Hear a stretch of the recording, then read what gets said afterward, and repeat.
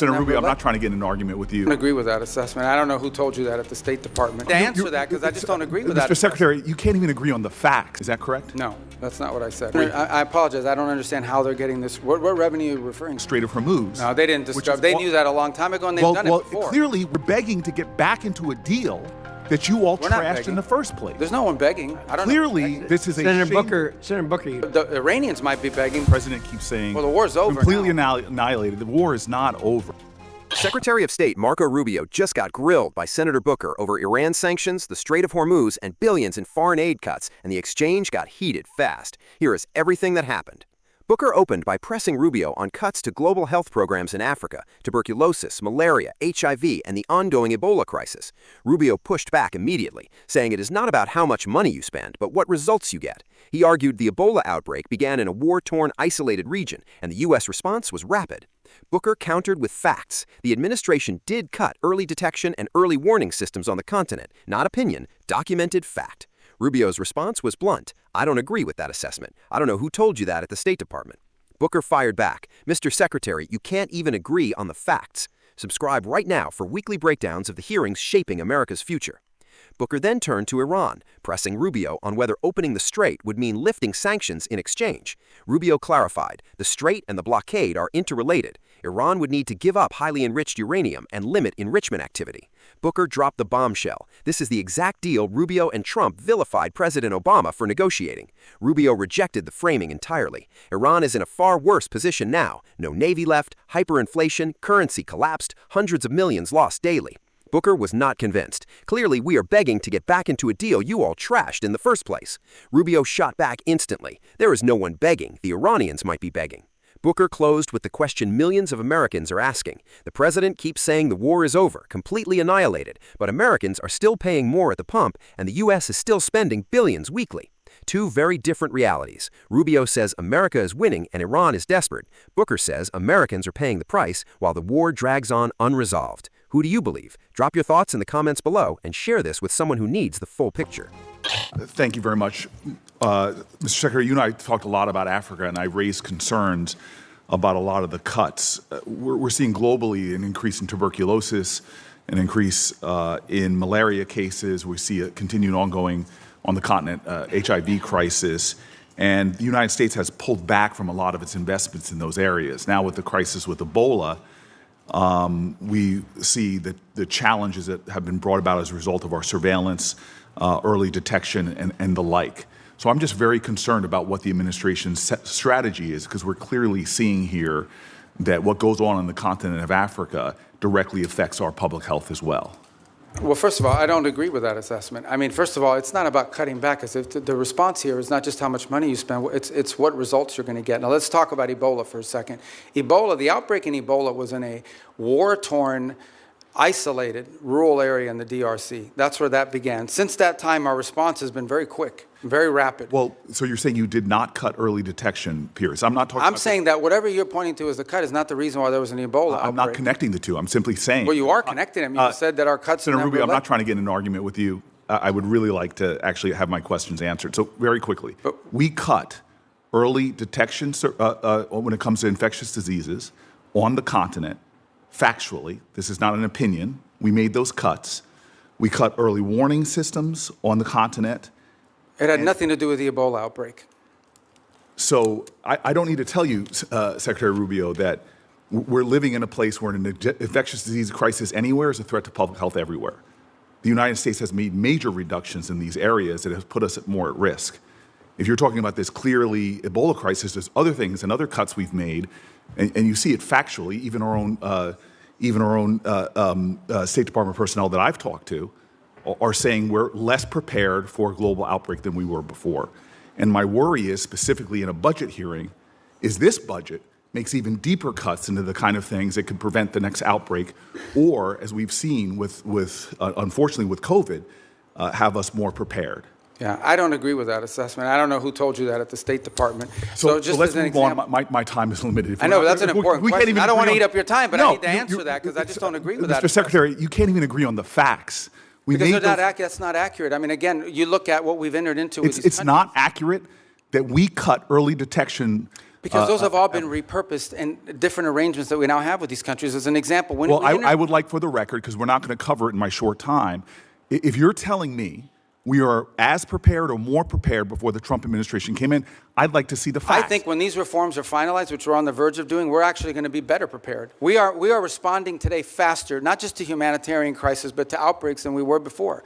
We are responding in some cases within 72 hours, are able to move funds to task, which you weren't able to do in the old system. And we're also building the capacity of these nation states through these compacts. May I please reclaim my time to shift gears? The Strait of Hormuz, I was listening to the conversations you had with some of my colleagues.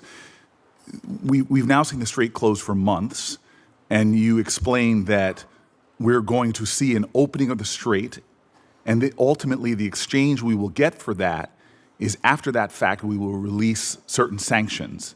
Is that correct? No, that's not what I said. What I said was that if they open the straits, we will lift our blockade. The straits and the blockade are what are interrelated. And so for the nuclear program, in exchange for getting rid of the fissile material out of country, I imagine, is what the highly enriched uranium, we would release sanctions. Is that correct? Well, it's not just that. It's also their enrichment activity. They would have to, they would have to make very severe and significant concessions on what they intend to enrich in the future. And already with the March relaxing of sanctions, allowing Iranians to sell oil to the Chinese, estimates have been between $10 and $50 billion they got from that relaxing of sanctions.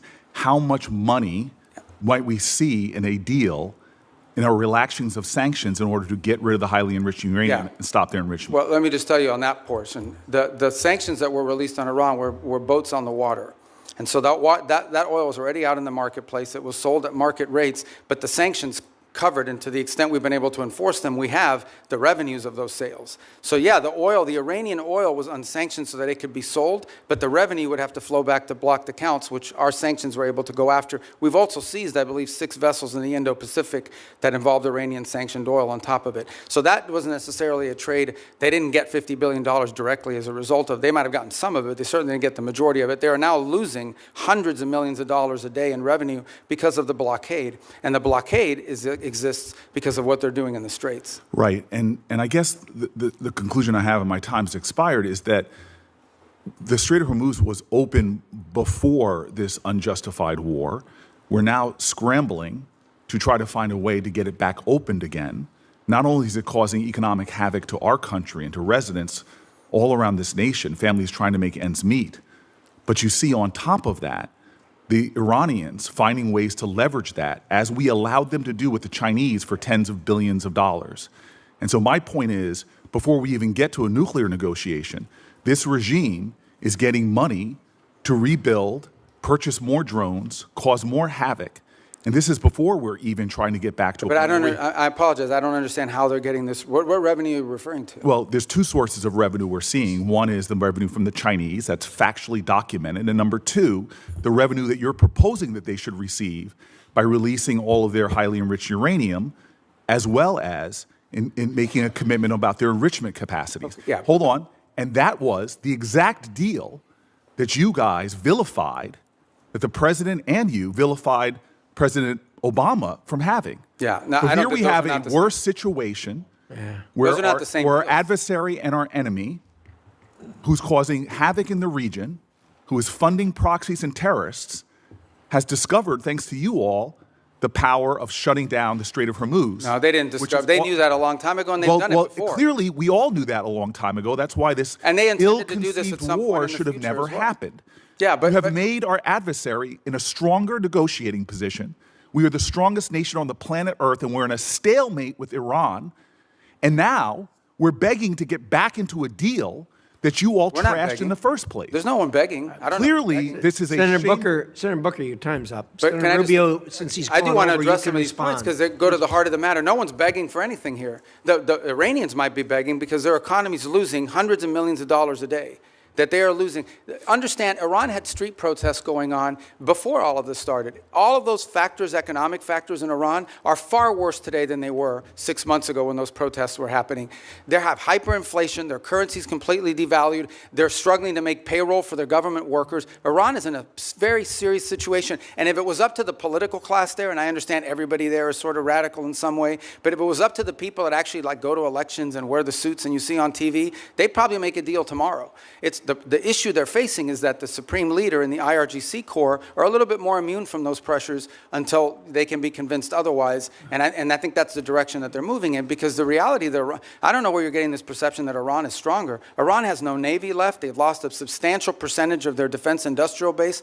That Iran has lost a substantial percentage of their missile launchers, and their economy is far worse today, and I mean far worse today, than it was 6 to 9 months ago. And they are looking at hundreds of billions of dollars of reconstruction costs just to get to where they were 6 months Mr. Rubio, ago. you keep telling us how we're winning this war. The president keeps saying, Well, the war's over completely now. annihilated. The war is not over.